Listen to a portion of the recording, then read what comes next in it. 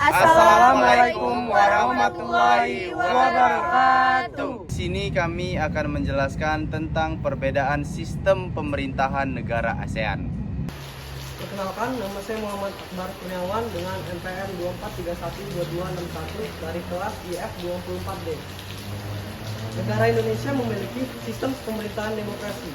Sistem pemerintahan demokrasi adalah suatu bentuk pemerintahan di mana kekuasaan tertinggi berada di tangan rakyat, di mana rakyat yang memilih presiden dan anggota legislatif. Warga negara memiliki hak untuk berpartisipasi dalam pengambilan keputusan politik, baik secara langsung maupun melalui perwakilan yang mereka pilih. Perkenalkan, nama saya Wira Prosina Prastuta dari kelas IF 24D. Pemerintahan demokrasi memiliki ciri-ciri seperti: 1. Kedaulatan rakyat, kekuasaan tertinggi yang berada di tangan rakyat yang memilih pemimpin dan menentukan kebijakan. 2. Pemilihan umum yang bebas dan adil, pemilihan diadakan secara transparan dan tanpa tekanan, memungkinkan semua warga negara berpartisipasi. 3. Hak asasi manusia. Penghormatan terhadap hak asasi manusia, termasuk kebebasan berbicara dan berkumpul, dan masih banyak lagi. Kenalkan, nama saya Rizka Ferdiansa dari kelas IF 24D.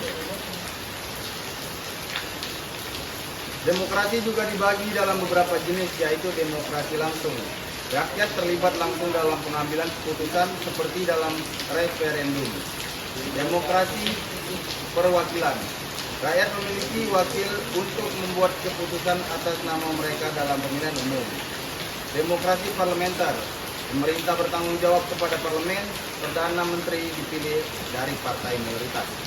Demokrasi presidensial. Presidensial dipilih langsung oleh rakyat dan memiliki kekuasaan eksekutif yang terpisah dari legislatif. Selain negara Indonesia, negara Amerika Serikat, Jerman, dan India juga menggunakan sistem pemerintahan demokrasi.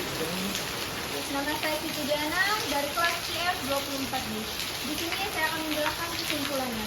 Kesimpulannya adalah sistem pemerintahan demokrasi memberikan ruang bagi rakyat untuk berpartisipasi dalam pengambilan keputusan yang mempengaruhi kehidupan mereka. Meskipun menghadapi berbagai tantangan, prinsip-prinsip demokrasi tetap menjadi landasan penting dalam menciptakan pemerintahan yang adil dan responsif. Nama saya Nadia Haryanti dengan NPM 24312111.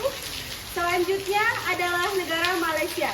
Negara Malaysia memiliki sistem pemerintahan monarki konstitusional. Sistem pemerintahan monarki konstitusional adalah sistem pemerintahan yang dimana raja dan ratu bertindak sebagai kepala negara, tetapi kekuasaan mereka dibatasi oleh konstitusi atau undang-undang dasar. Dalam sistem ini ada pemisahan antara kekuasaan eksekutif dan legislatif. Dan seringkali terdapat lembaga legislatif yang diwakili oleh rakyat. Perkenalkan, nama saya Erin Aditya, NPM saya 24312246, kelas saya dari IF 24D.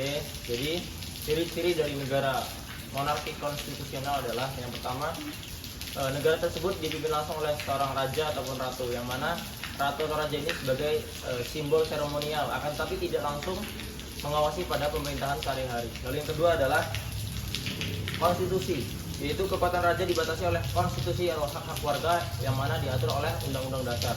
Yang ketiga adalah pemisahan kekuasaan antara eksekutif, yudikatif, dan legislatif, itu dipisahkan dan tidak langsung dipimpin oleh negara-negara ataupun raja-raja tersebut.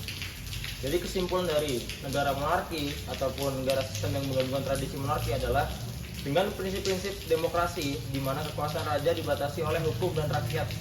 Dibatasi oleh hukum, rakyat memiliki peran dalam pemerintahan melalui wakil-wakil mereka. Sistem ini bertujuan untuk menciptakan stabilitas politik dan menjaga hak-hak warga negara.